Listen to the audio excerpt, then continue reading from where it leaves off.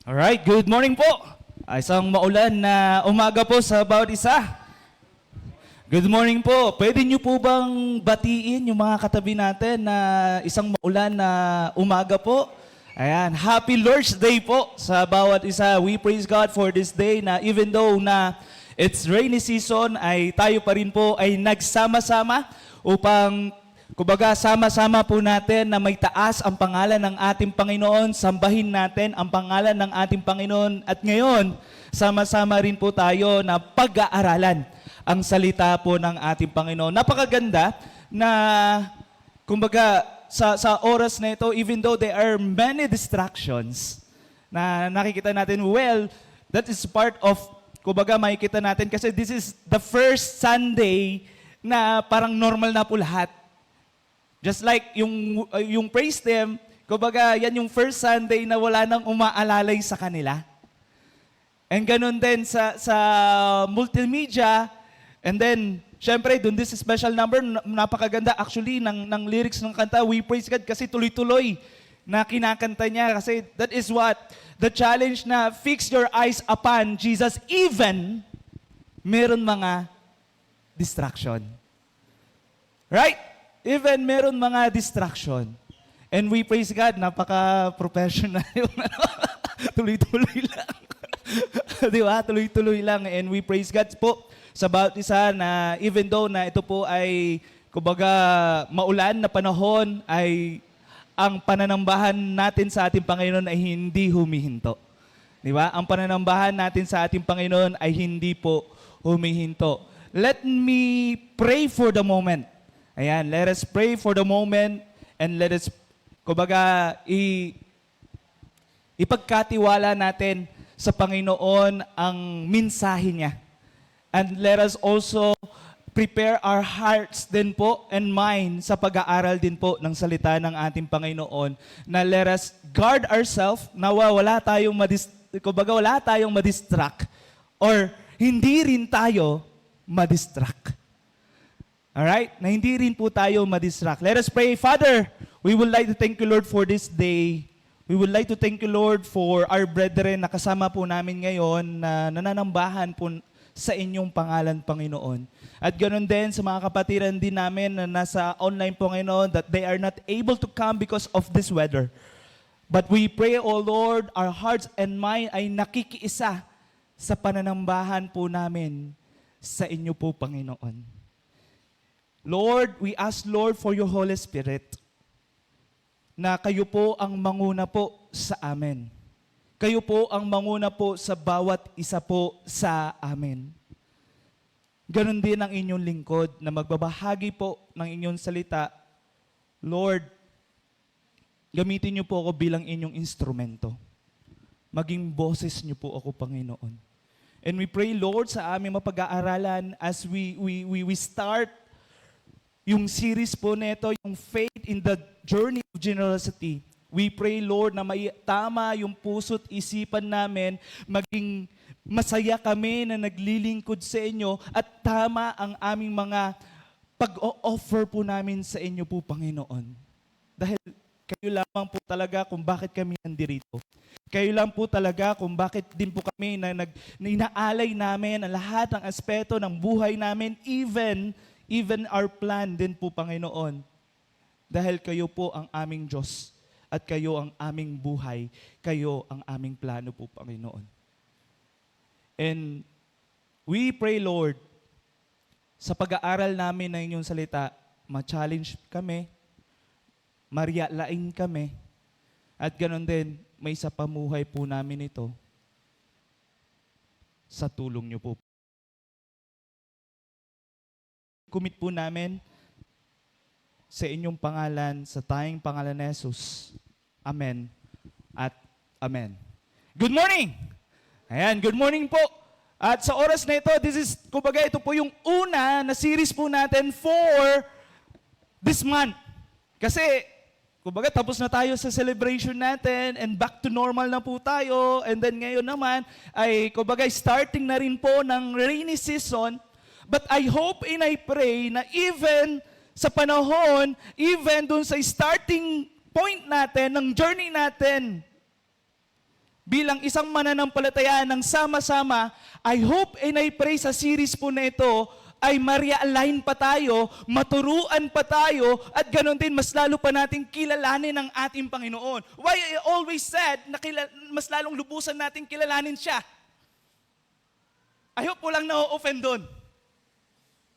Kasi nasa journey pa rin po tayo ng maturity. Nasa journey pa rin tayo na kinikilala natin kung sino ang ating Panginoon so Kristo. Kaya lagi ko pong sinasabi, mas lalo nating lubusan na makilala ang ating Panginoon. The most, when we recognize Christ, when pag tayo ay, kumbaga, mas lalo pang kumikilala sa Panginoon, nandoon yung pagbabago niya. Nandoon yung pagbabago niya sa buhay po natin.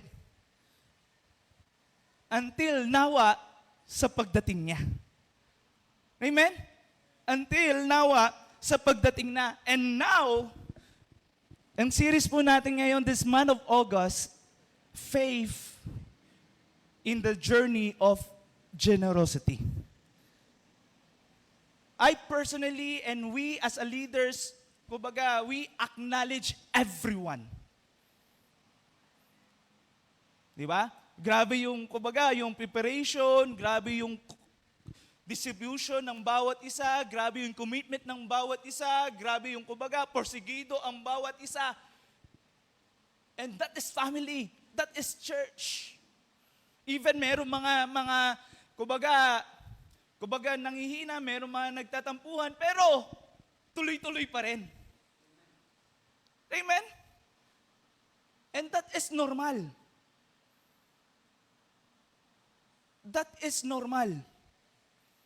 Because we treat this church not as ordinary church, na church politics. Pag church politics talaga palakasan magkakaroon ng siraan.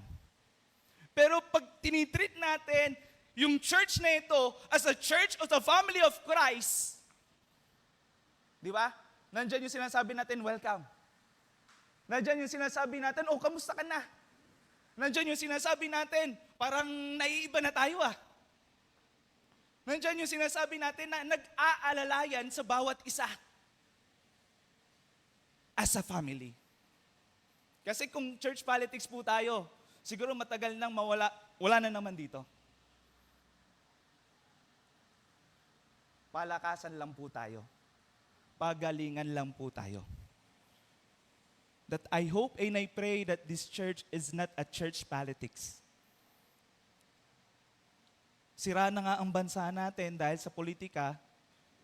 Sana hindi naman masira ang church natin dahil din sa politika. Nakita na natin dahil sa politika nagkakasiraan ang bawat isa. I hope and I pray hindi dapat makapasok dito ang politika. Just like the Lord Jesus Christ, kung paano niya tayo tinitreat. Hindi niya tayo tinitreat as what? A member, an ordinary member. Or ordinary believers.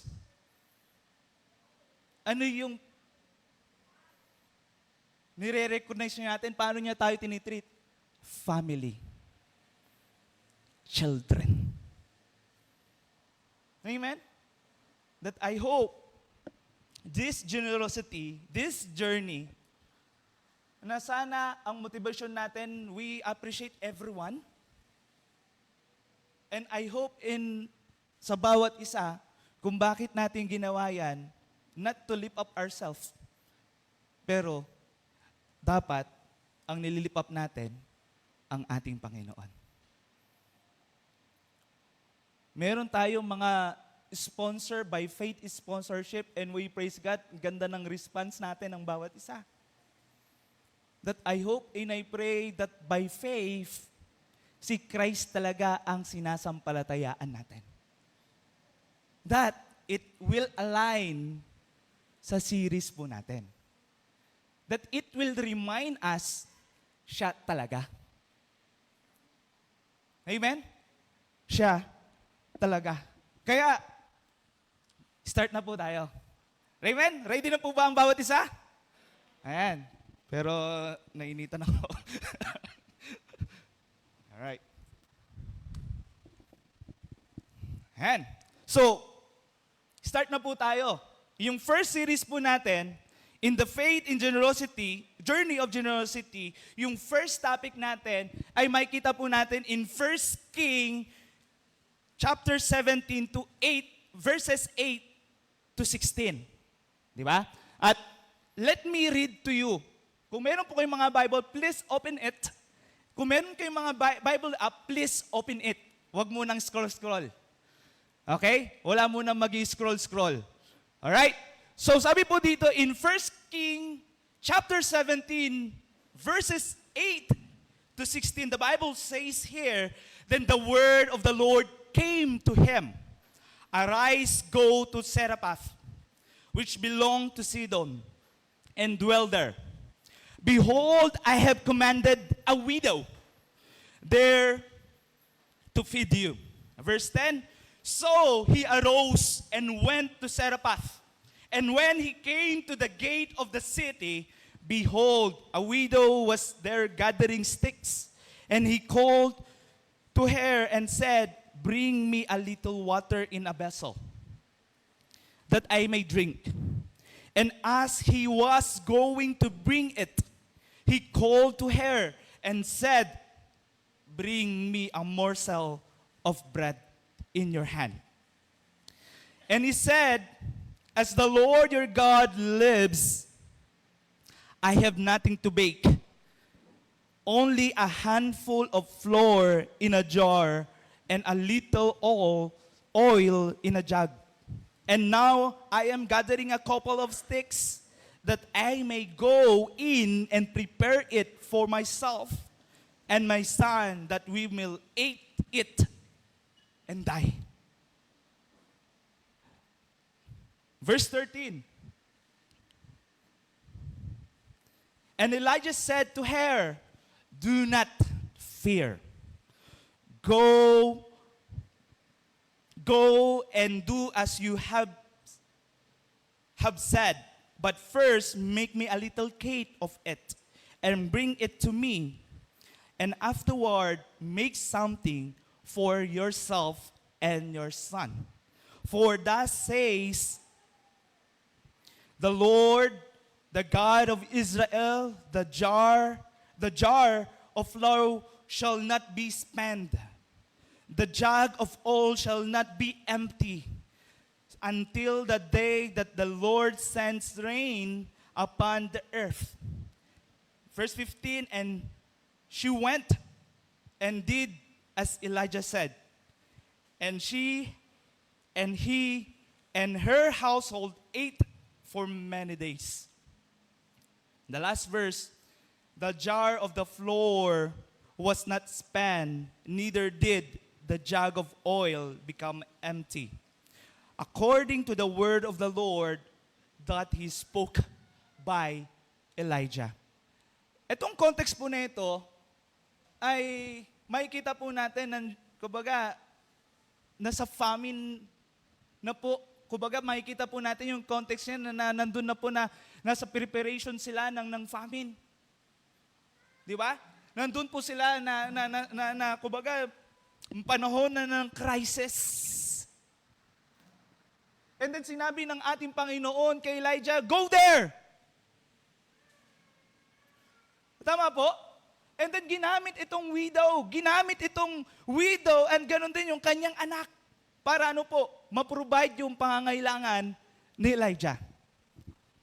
Yun yung common interpretation. And we need na mas lalo natin madiinan yung salita po ng ating Panginoon in that context na bakit nga ba ginamit ng ating Panginoon itong widow. Di ba? Kumbaga, nandun yung question. That is the key questions. Bakit widow ang ginamit ng ating Panginoon? Kung titingnan po natin sa Bible, sa biblical, kumbaga, interpretation sa mga widow, they are what? Laging in need. Right? In the New Testament, laging sinasabi, protectionan nyo itong mga widow na ito. In the Old Testament, makikita rin po natin na itong mga widow na ito, they are in need. Pero, syempre, hindi naman tayo extreme doon. Meron din mga widow na, kumbaga, they are what? Kumbaga, sila ay wealth. Pero dito sa context din po na ito, mapapansin natin, itong widow na ito, hindi siya mayaman. Hindi rin po siya na parang ma-impluwensya, hindi rin po siya powerful. Bakit ginamit ng Panginoon itong widow na ito na mostly na pinag-aaralan natin, ang widow laging nangangailangan? Look at that.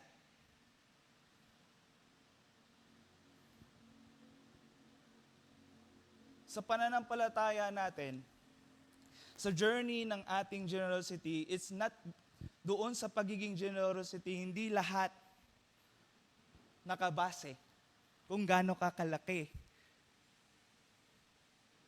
ka-impluwensya na nabibigay at natutulong mo sa isang tao. Kundi kung paano tayo ginagamit ng Panginoon kung anong meron tayo. Amen? Kung anong meron po tayo. Kaya I entitle, When Little Becomes Enough. When little becomes enough. Kasi sinabi doon sa nabasa natin, meron silang konti lang. Tama po, pero ito yung nag-provide kay Elijah. Ito rin yung nag-provide sa kanyang pamilya. That I hope and I pray sa pag-aaral natin ng salita po ng ating Panginoon when our faith in the journey of generosity. Kasi ako naniniwala, kaya bakit tayo nag-i-enjoy sa ating pagbibigay is because we have faith in the true, saan? Sa totoong Diyos. Tama po? Kung bakit tayo nagbibigay, kung bakit tayo tumutulong, kung bakit tayo nagpapagamit, it's because meron tayong pananampalataya sa totoong Diyos. Amen? Sa totoong Diyos, even hindi sa kalakihan, even hindi rin sa kaliitan, kundi kung ano ang meron tayo na pinagkakatiwala natin sa Panginoon. Amen? Kung ano ang meron po tayo ay pinagkakatiwala natin sa ating Panginoon. Kaya, meron tayong tatlo na mapag-aaralan concerning about this passage, actually the whole passage. Kasi makikita mo kung paano ginamit, kung ano yung layunin ng ating Diyos, kung bakit ginamit itong widow na ito, at ano ang layunin ng Panginoon sa widow na ito. At kay Elijah. Alright? Ready na po ba kayo? First, na pag-aaralan po natin,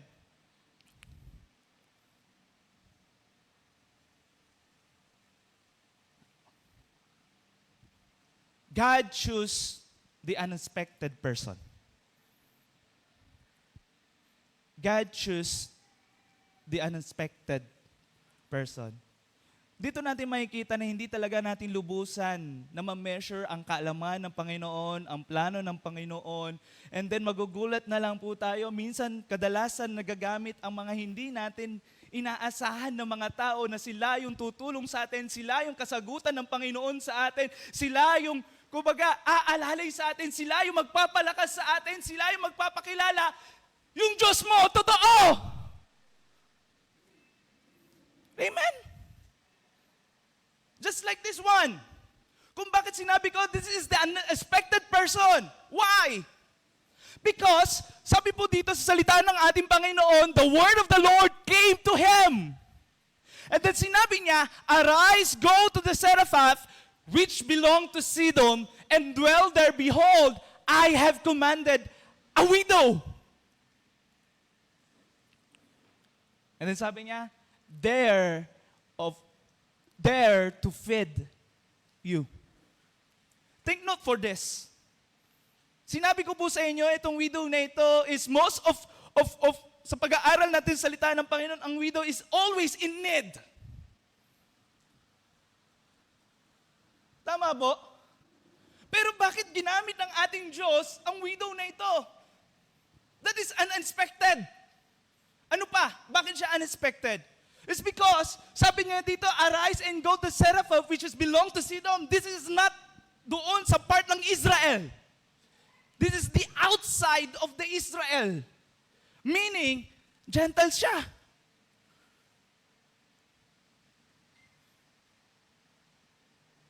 Kung titingnan natin sa custom ng Old Testament, laging magkaaway ang mga Hudyo at mga Gentiles. Merong mga discriminations. Merong mga hindi na welcome. That's why, ang plano ng Panginoon dito sa Journey of Our Generosity, sa series po natin, na mapag-aaralan po natin, yung first na katotohanan na kadalasan sa buhay natin o minsan sa buhay natin, pag tayo ay sumusunod sa ating Panginoon, minsan may ginagamit ang Panginoon na unexpected person. Sabi natin, kaaway natin, pero itong kaaway natin, siya pala yung nagtuturo sa atin. Na mas lalo pang magtiwala. Ito pala yung gagamitin din ng ating Panginoon para yung pananampalataya mas lalong may strengthen. Ito pala yung gagamitin ng ating Panginoon na yung ating pagsunod sa ating Panginoon is what? Mas lalo mo siyang makilala na ang Diyos, kontrolado niya ang lahat ng bagay. Even yung tao, even yung kaaway natin, even yung hindi natin kakilala, even yung sinasabi natin, hindi naman talaga gagamitin ng Panginoon yan.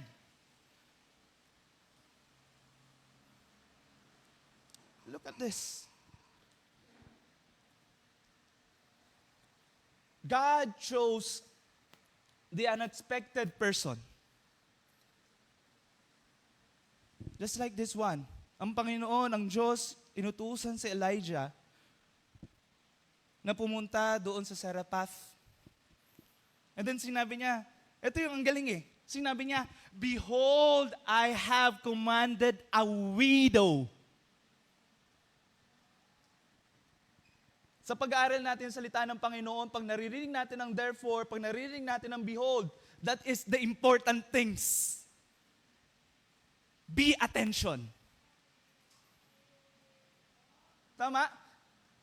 Be attentive doon sa sasabihin ng salita ng Panginoon. Be attentive doon sa sasabihin ng salita ng ating Panginoon doon sa passage. Kaya sabi niya, behold, I have commanded a widow there to feed you.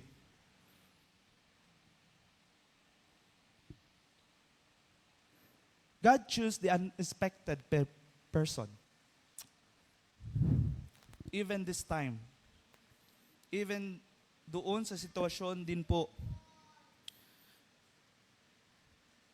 ni Elijah. Again, this widow is what? Is not wealthy. This widow is not powerful. This widow is not prepared. Hindi siya nakilala to si Elijah Di ba? Nasabi niya nga dyan, so he arose and went to Zarephath, and when he came to the gate of the city, behold, a widow was gathering sticks.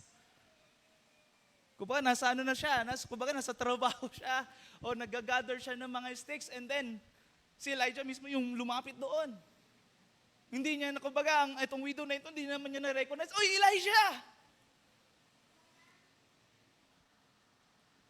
Right? Hindi po siya prepared, and then yung piniprepared niya, hindi kay Elijah. Ang piniprepared niya, yung makakain ng kanyang anak. Tama po? Kaya sabi niya nga po dito, widow gathering sticks, and he called her and said, bring me a little water in a vessel, that I may drink. And as he was going to bring it, he called to her and said, bring me a morsel of bread in your hand. And he said, as the Lord your God lives, I have nothing baked, only a handful of flour in a jar and a little oil in a jug. Kung titingnan din natin, in verse 13, na sinabi po doon, in verse 13, ayan, hindi ko po naisama, I'm so sorry for that.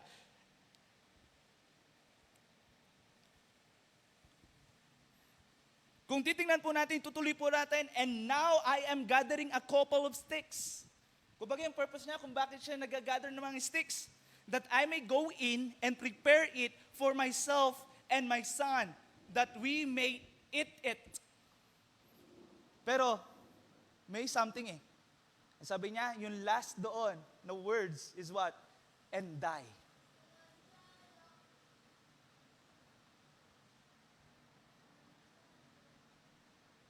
And die. Kumbaga yung purpose niya, yung preparation niya is what? Para doon sa kakainin nila. And then after that, wala na silang makakain.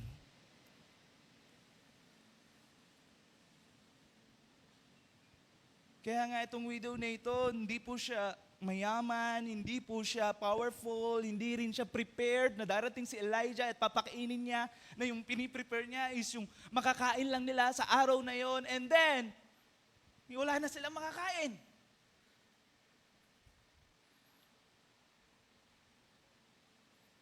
At hindi niya ina-expect si Elijah. Nagpiprepare siya sa last meal nila.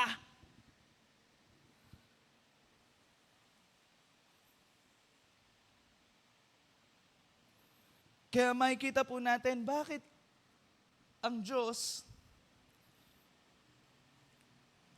ginamit niya ang widow? Bakit ang Diyos sa sitwasyon ng widow na ito, na kumbaga wala na siyang kakainin kinabukasan, bakit ito yung inutusan ng Diyos, ito yung sinabi kay Elijah na go there?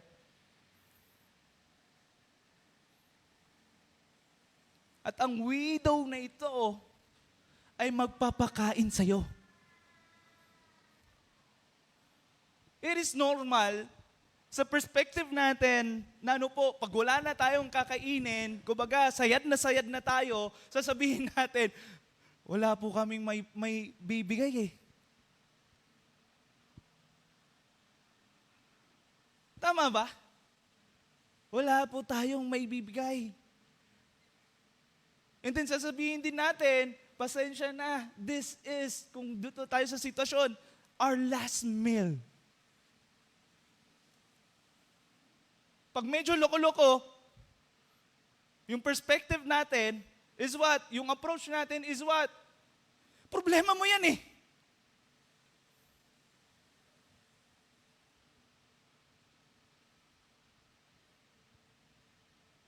Kumbaga yung self-centered. Yan yung mga common na perspective. Yan yung mga common na mga approach ng mga tayo bilang isang tao. Tama po? Tayong mga bilang isang tao. Pero in concerning in faith, in the journey of generosity, just like this one,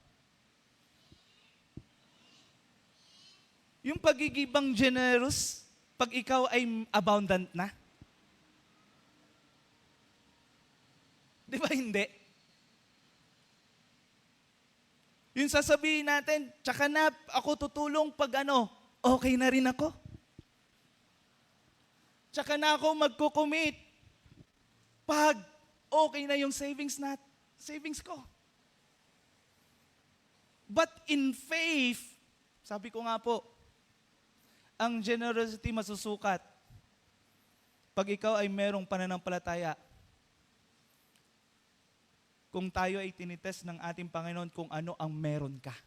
Hindi sasabihin natin, wala ka na nga, di ba? Kasi sinasabi niya, wala ka na nga, and then kukuha pa ng iba, tapos itutulong mo, hindi po ganun. kung ano ang meron ka. Just like this one. Anong meron siya? Last meal.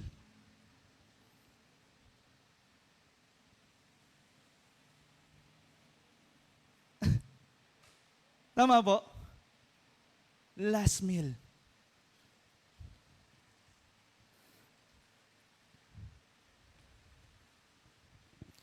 Kasi ang gusto ng ating Panginoon, hindi niya kailangan pa maging abundance yung buhay natin para tayo ay maging generous. Ang tinitignan ng Panginoon, yung availability natin. Tama po? Hindi yung pagiging abundance natin, kundi yung availability natin. Kung ano ang meron sa atin, yun yung maitutulong natin. Yun yung gagamitin natin. Yun yung masasacrifice natin. Yun yung ipagkakatiwala natin sa Panginoon. Kasi madali lang tumulong pag meron ka na eh.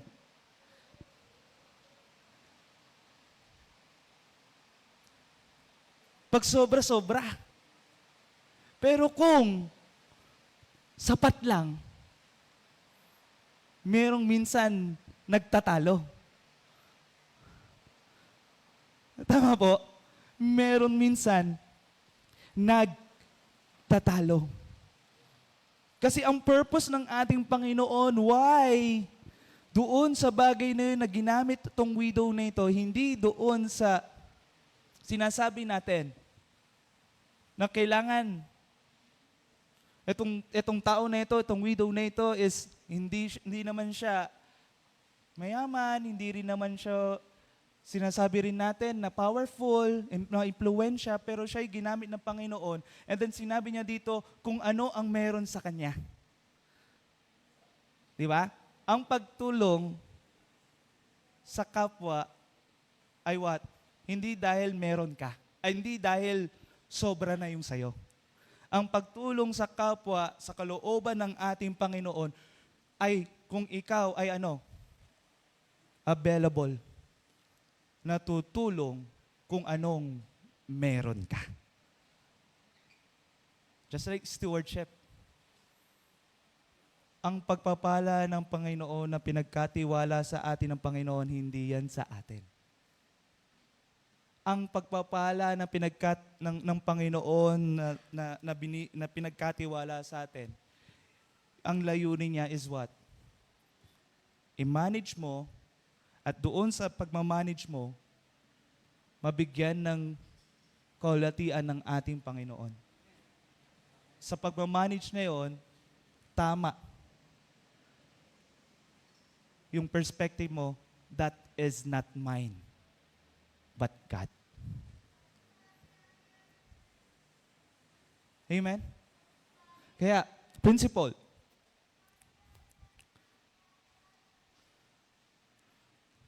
God does not choose us because we have enough.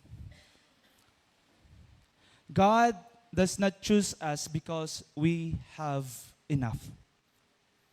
God chooses us so that through our insufficiency, His sufficiency can be rebuilt.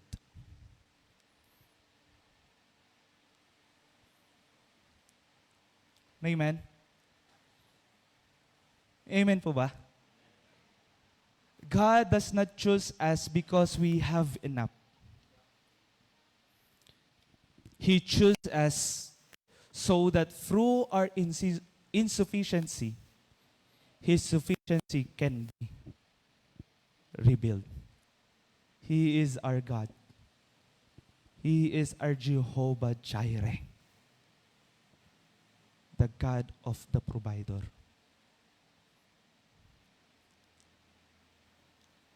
Amen?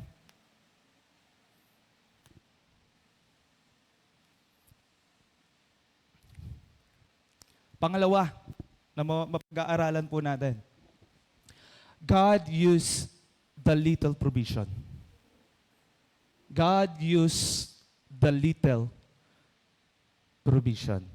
And He said, as the Lord your God lives, I have nothing to bake. Only a handful of flour in a jar and a little oil in a jug.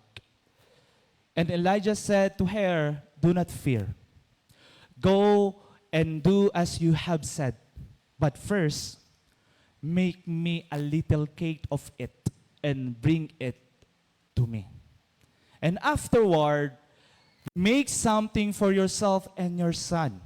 For thus says the Lord, the God of Israel, the jar of the flour shall not be spent, and the jug of oil shall not be empty, until the day that the Lord sends rain upon the earth." And she went and did as Elijah said, and she and he and her household ate for many days. The jar of the flour was not spent, neither did the jug of oil become empty, according to the word of the Lord that he spoke by Elijah. Na pangalawa na mapag-aaralan po natin, hindi lamang God chooses the unexpected person. Pangalawa naman po ay pag-aaralan po natin, God used a little provision. Just like, ito po, sa pag-aaral po natin, sa pag-aaral po natin, na sa nabasa po natin, nakita po natin diyan na yung widow na ito, di ba, nasagot na natin, bakit widow? Kung titingnan din natin yung mga previous verses, sa chapter 17 na ito, actually kaya namang i-provide ng Panginoon yung pangangailangan ni Elijah. Right? Yung previous verses, basahin nyo po. Ginamit ng Diyos yung raven para pakainin siya. Para pakainin po si Elijah. Pero bakit? Na kumbaga doon, Hindi. Yan yung lobat. Alright, bakit doon, sa time na yon, na yung kung bakit yung widow, actually, hindi naman, kung titingnan po natin, kaya niya naman talaga i-provide eh. At hindi niya na kailangan gamitin yung widow. Kasi God used ravens doon pa lang sa previous verses. Pero nag-shift siya dito sa widow. Right? Nag-shift siya na sinabi niya kay Elijah, "Go there." Pero kung tutusin, kaya niya naman. Diba?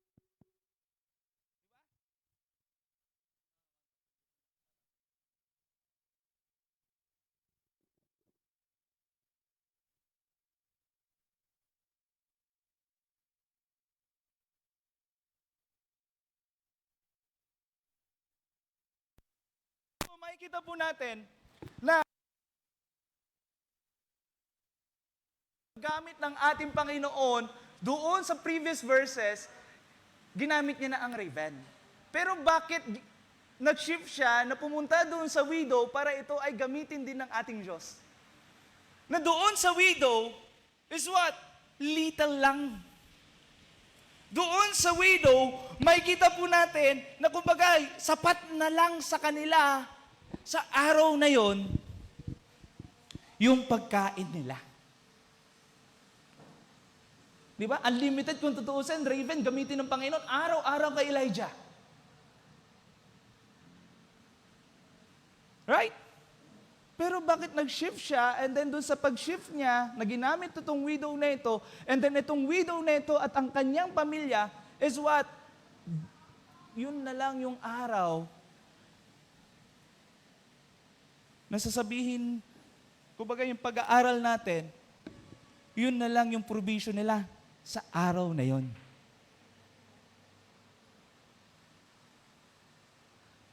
Na doon, sa little na yon, makikita po natin yung kalooban, yung layunin ng Panginoon. Kasi, raven, wala naman siyang choice eh. Tama? Pag sinabi ng Panginoon, gawin mo. Diba? Ginamit ng Panginoon itong raven na ito to provide. But itong widow na ito, pwede siyang mamili. Na hindi niya pakainin si Elijah, and then, kumbaga, in the last meal nila, i-enjoy na lang nila na pamilya.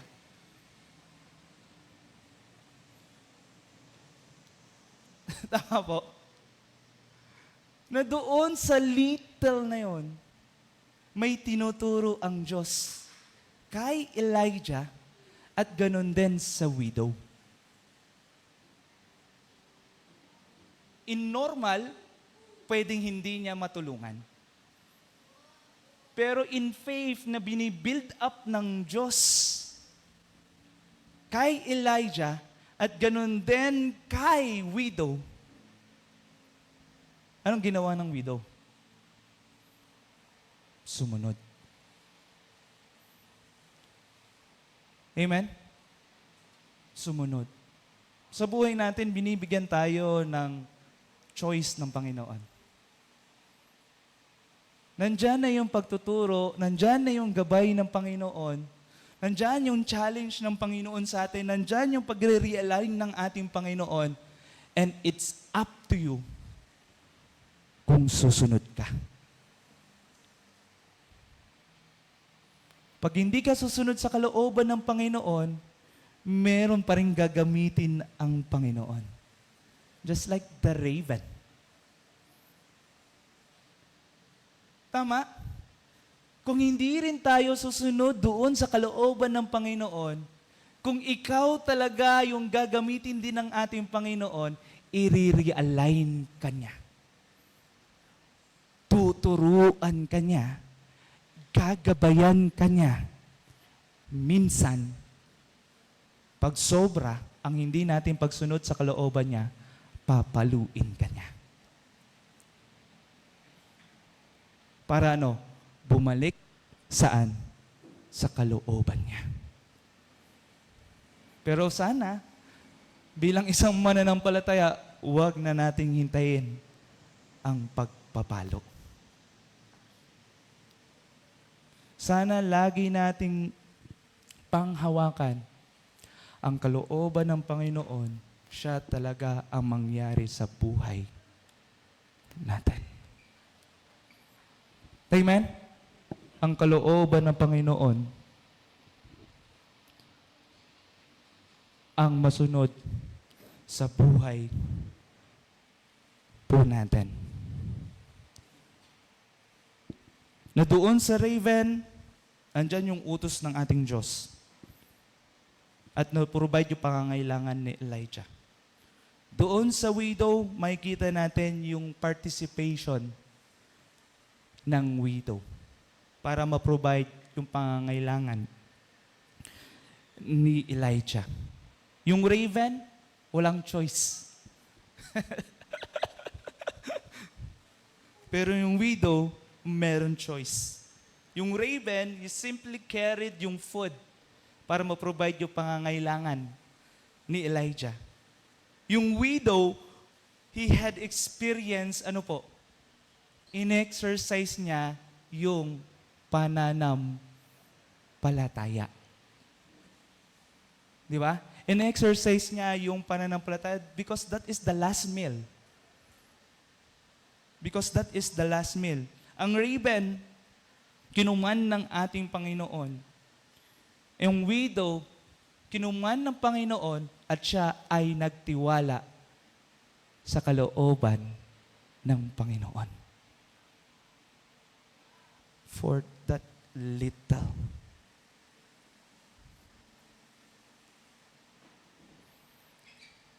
Doon, sa maliit, sa last meal niya, ang Panginoon, notice this. God does not need much to do much.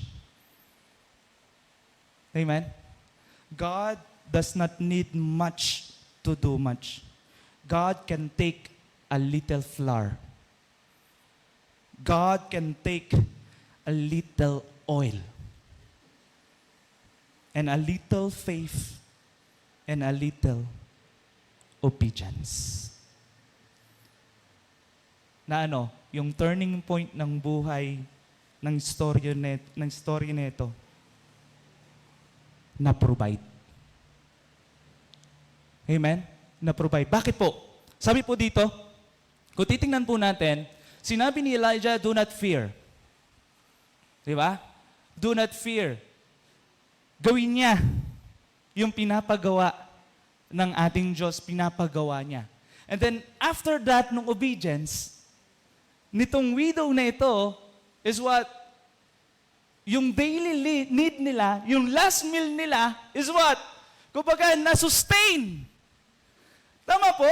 Na-sustain, sabi niya, the jar of the floor shall not be spent. Hindi nauubos. Ano pa? The jug of oil shall not be emptied.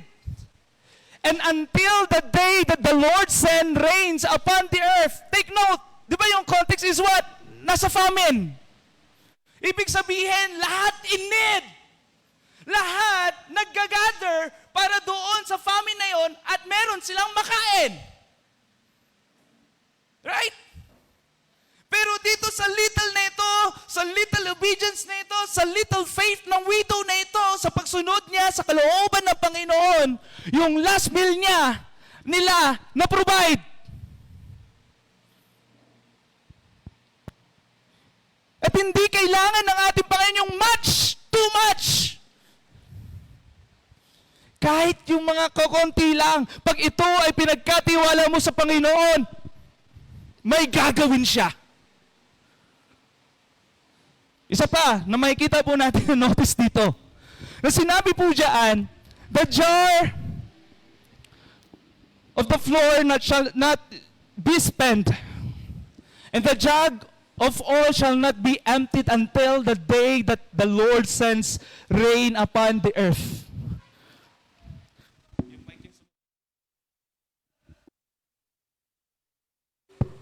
Alright. Okay. So, dito po, makikita po natin dyan, hindi niya sinabi, too much, ipoprovide ko na kumbaga, abundant, yung blessings. Na pinapakita dito, kung mapag-aaralan po natin, sinabi niya dyan is what? Daily, daily, daily. Na pinoprovide niya yung pangangailangan ng widow. Until what? Hanggang saan? Lord send rains upon the earth. Look at that.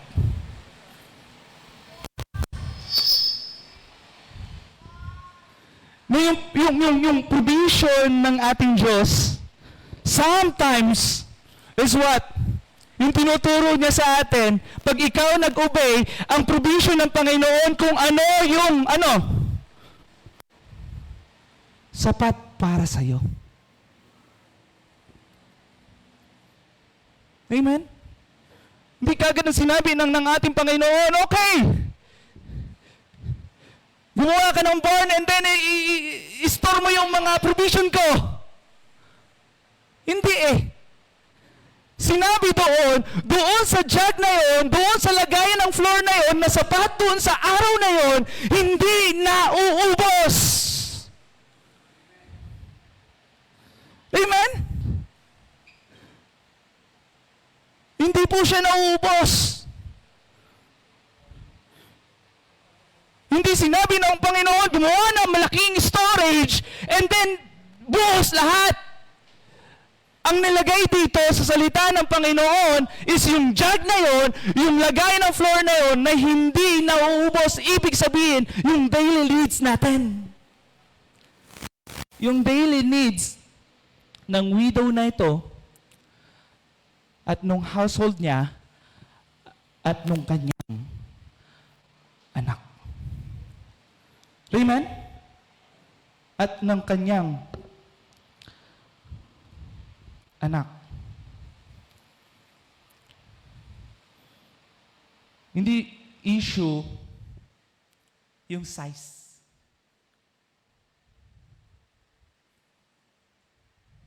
Hindi issue kung gaano karami. Ang tinitingnan ng Panginoon, pagkakatiwala mo ba kung ano ang meron ka?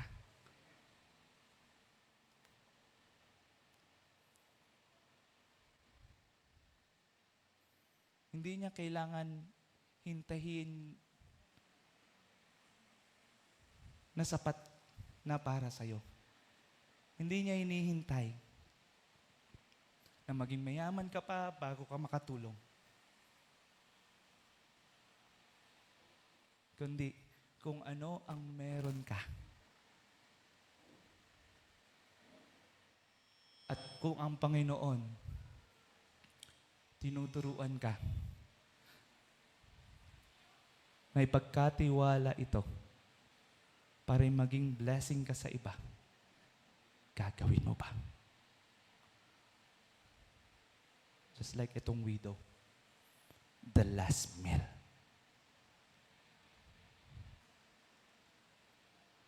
God is not limited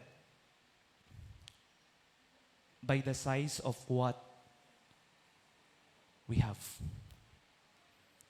He is looking for our willingness to surrender what we have into His hands. Amen? God is not limited by the size of what we have. Hindi niyo tinitingnan yan eh. He is looking for our willingness, availability, a willing heart to surrender what we have into His hands.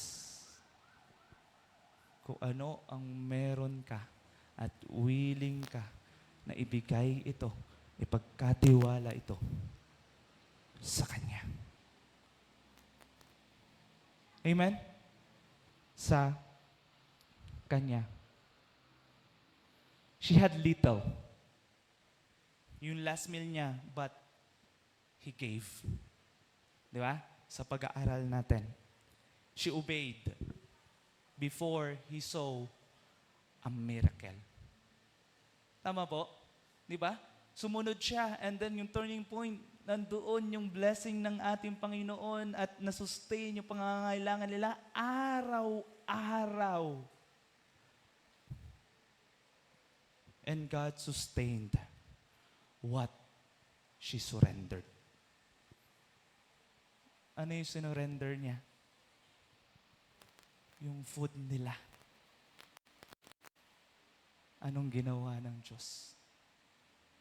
Sinustain ng Panginoon. Ayan yung napakaganda pag tayo ay sumusunod sa ating Panginoon. Sometimes sa buhay natin, may mga aspeto ng buhay natin hindi natin kayang may surrender sa Kanya. And God, tinitest niya tayo, are you willing to surrender that? Kung talagang meron tayong pananampalataya sa ating Panginoon, I hope tulad ng pananampalataya ng widow na ito.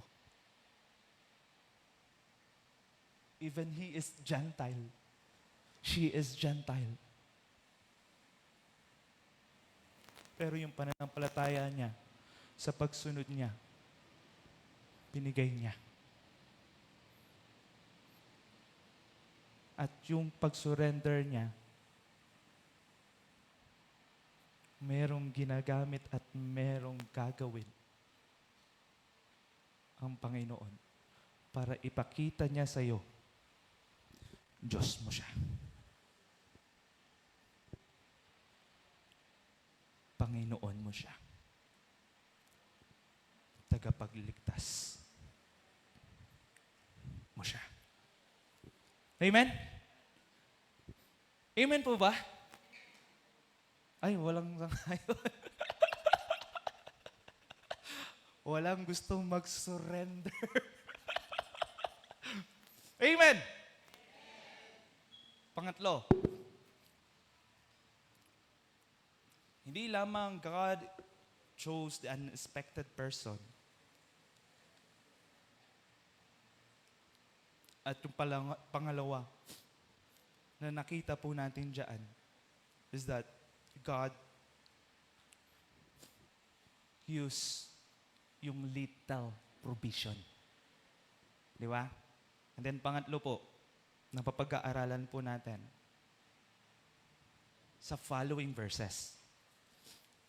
Nakita natin doon, God used the raven para ma-provide yung pangangailangan ni Elijah. And then, shinif ng ating Diyos na pumunta ka doon sa lugar na yon at merong akong gagamitin na widow. At yung sitwasyon nila is what? Last meal na nila. Para ma-provide yung pangangailangan ni Elijah. Pangatlo na mapag-aaralan po natin, God has a greater purpose. Akala natin doon lang sa purpose na ma-provide yung pangangailangan ni Elijah. Tama po? Nang provide yung merong magpakain kay Elijah, kaya naman ng ating Diyos just like the raven. Pero meron siyang greater purpose. Kung bakit siya pinapunta doon, at itong widow na ito is what? Ginamit ng ating Panginoon. At ganun din, na-provide din yung mga pangangailangan nila araw-araw. Tama? Pero mas meron pang greater purpose ang ating Diyos sa bagay na ito, dito sa widow na ito, dito sa pagpunta ni Elijah. At yun yung minsan hindi natin talaga nasusukat at nakikita. Pero ang Diyos, alam niya kung ano yung ginagawa niya sa atin. Sabi po dito, doon sa following verses, in verses 17 to 24,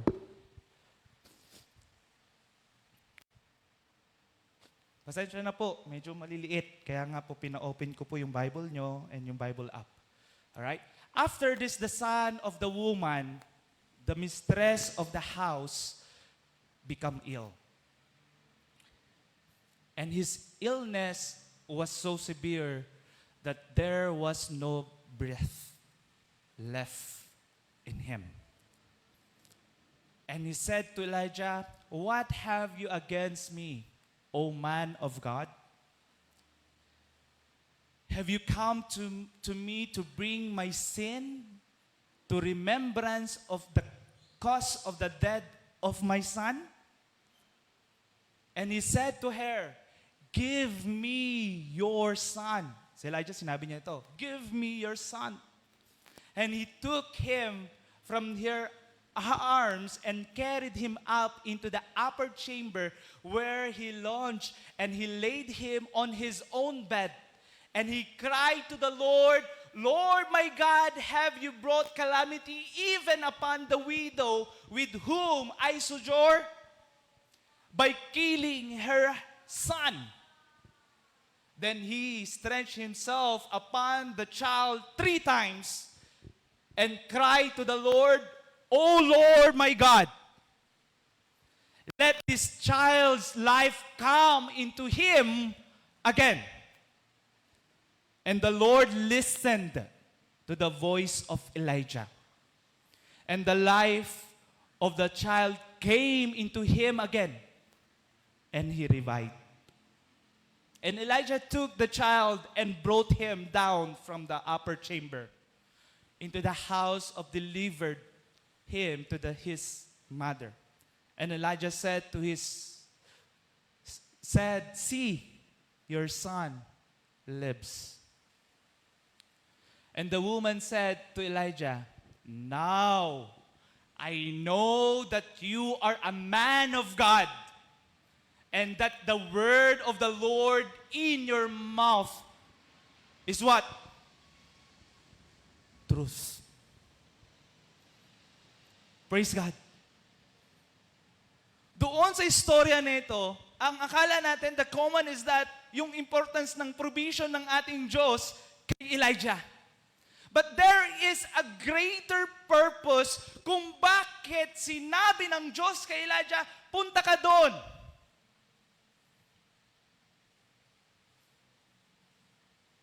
And then dito sa widow nito, ito yung gagamitin niya na mag-provide sa kanya, even the widow is in need. Kasi alam ng Diyos yung the big picture na yung pinaka-purpose nun, hindi doon sa provision. Yung pinaka-purpose nun, yung anak niya.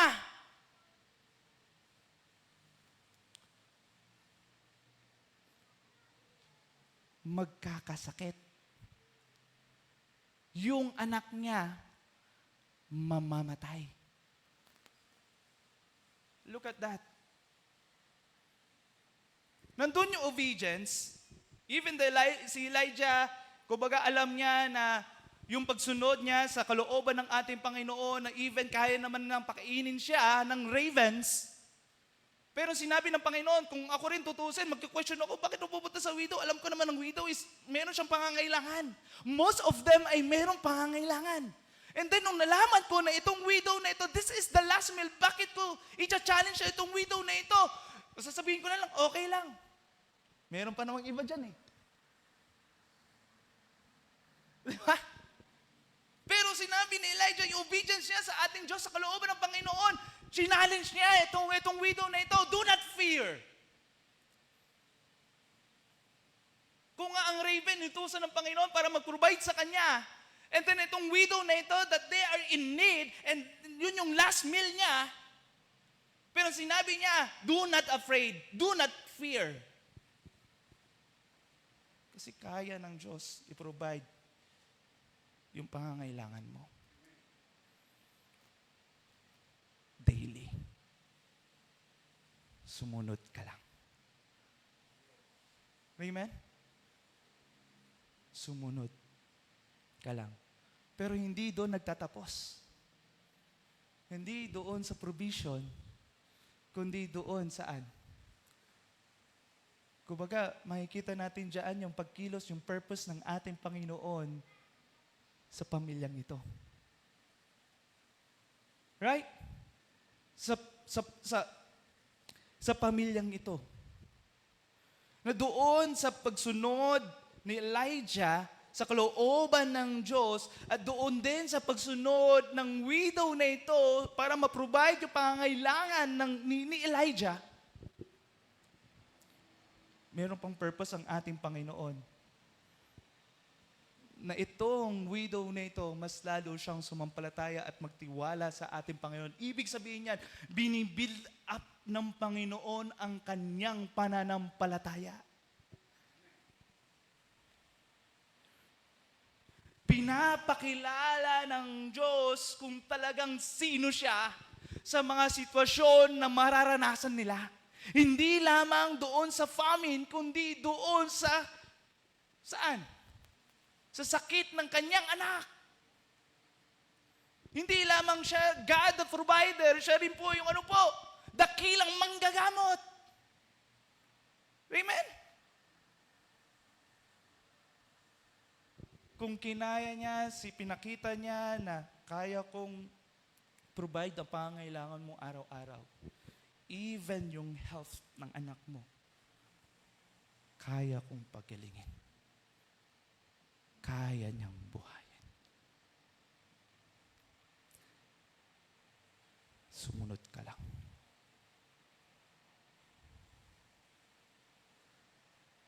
Manampalataya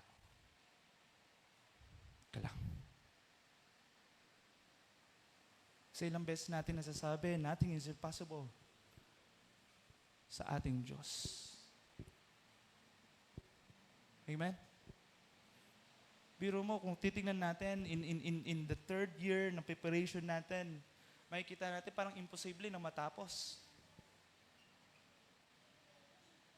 Sayad na lahat ng building project, and then we challenge everyone, what is your response? What is our response?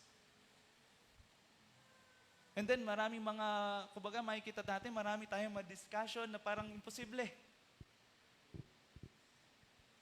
Pero tinignan ng Panginoon kung ano yung response natin, and the rest, siya ang gagawa. Amen? Ganito magkumilos ang Panginoon. Ganito magturo ang Panginoon, direct and indirect. Ganito niya pinapakilala kung sino siya sa bawat isa sa atin. Sumunod lang tayo. Amen?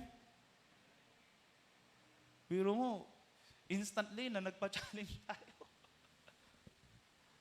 Sa una, medyo parang alanganin. Sa una, parang imposible. Pero God will touch people. God will use people. God will use the unexpected people. God use His people para i-reveal niya, I am your God.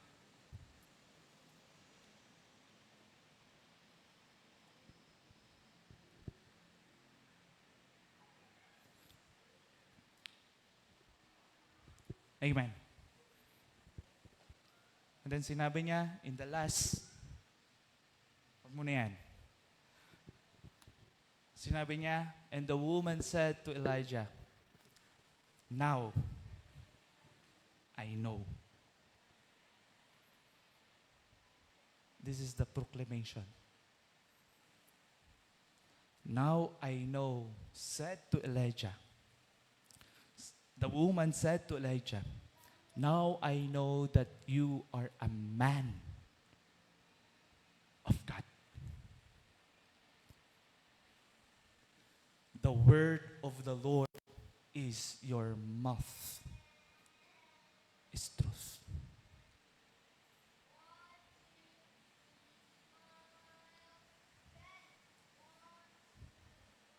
Na yung pananampalataya ng widow na ito, build up ng ating Diyos.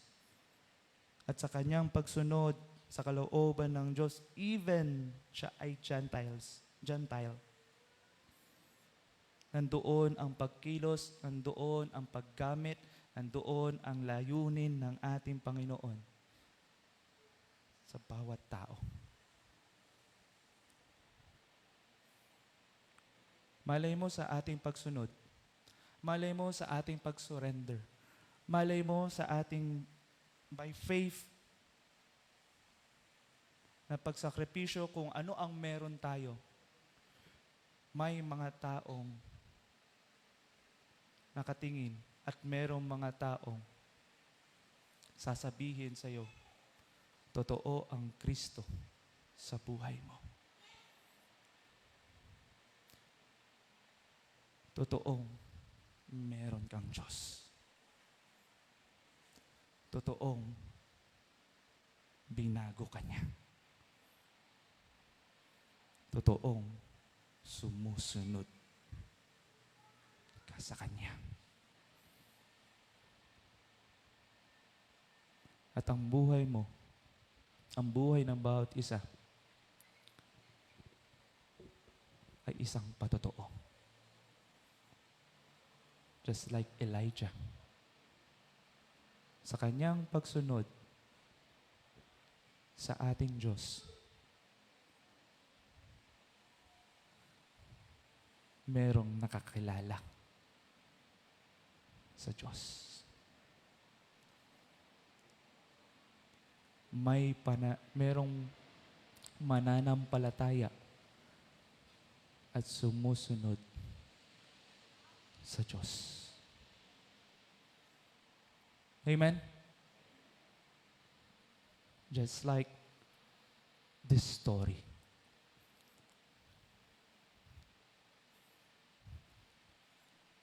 God often uses our generosity not only to meet an immediate need, but to accomplish what? A greater purpose that we may not yet see.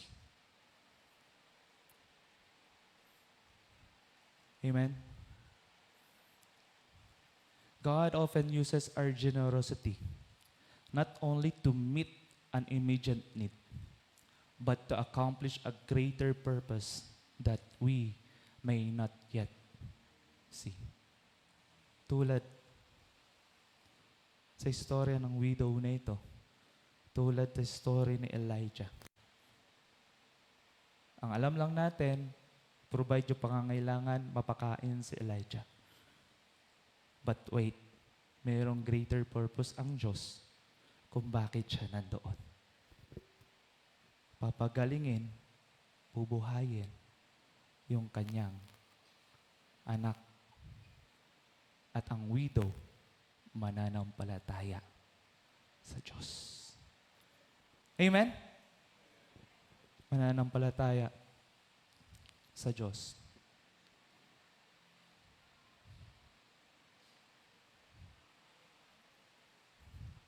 Ayaw na. God does not choose us because we have enough to accomplish His purpose. He chooses us so that through our little, His greatness can be revealed. Na nakita natin sa pag-aaral natin that in faith in the journey of generosity, nakita natin bakit ginamit ang widow. Meron namang ravens. Nasagot natin siya. Bakit ginamit ang widow? Bakit inutusan ng Diyos si Elijah na pumunta doon? Is because merong greater purpose ang Diyos. Kaya, I hope and I pray sa ating pananampalataya sa ating Panginoon, sa ating generosity, matitest kung talagang generous tayo, kung meron kang pananampalataya. Ang pagiging generous, hindi dahil may sobra. Ang pagiging generous kung ano ang meron ka na maitutulong mo, na maibibigay mo para sa Diyos. God does not choose us because we have enough to accomplish His purpose. He chooses us so that through our little, His greatness can be revealed. Kasi kung sasabihin natin, dahil sa akin, hindi natin nag-glorify ang Diyos. Kung sasabihin natin, ako ang dahilan dyan, kasi ako. Hindi po nag-glorify, hindi po napiplis ang Panginoon. And let us realign ourselves, our perspective, dahil sa Kanya. Dahil sa Kanya. Amen? Let's pray. Father, salamat po muli sa oras na ito na pinagkaloob niyo po sa amin. We are so thankful, O Lord, for this day. We are so thankful, O Lord, for your word. And we are so thankful, O Lord, for your realignment ng aming pananampalataya, Panginoon, in terms doon sa pananampalataya namin, sa journey namin ng generosity. And we pray, Lord, na mas lalo pa kami magtiwala sa inyo. We pray, O Lord, na yung kung ano ang meron kami ay talagang maibigay po namin talaga sa inyo at ito yung maipagkatiwala po namin sa inyo. Ito po yung gagamitin nyo, Panginoon. Because lahat ng bagay na ito, ng anong meron kami, ito rin ay nanggagaling din po sa inyo, Panginoon. We pray, Lord, na may manage namin ito sa tulong nyo. Maging tapat kami na steward na hanggang sa inyong pagdating, sasabihin nyo, "Well, thou good and faithful servant." Dahil doon sa pinagkatiwalaan nyo sa amin, sa mga aspeto na ito, ginagampanan namin. Hindi dahil sa amin, kundi dahil po sa inyo, Panginoon. Maraming salamat po sa oras na ito at kayo po ang manguna sa amin. At sa weather na aming nararanasan, Lord, we ask, Lord, for your protection. We ask, Lord, for your guidance po sa amin. Sa tayong Panginoon Jesus, Amen at Amen. Gandang gabi po Magandang umaga po sa bawat isa.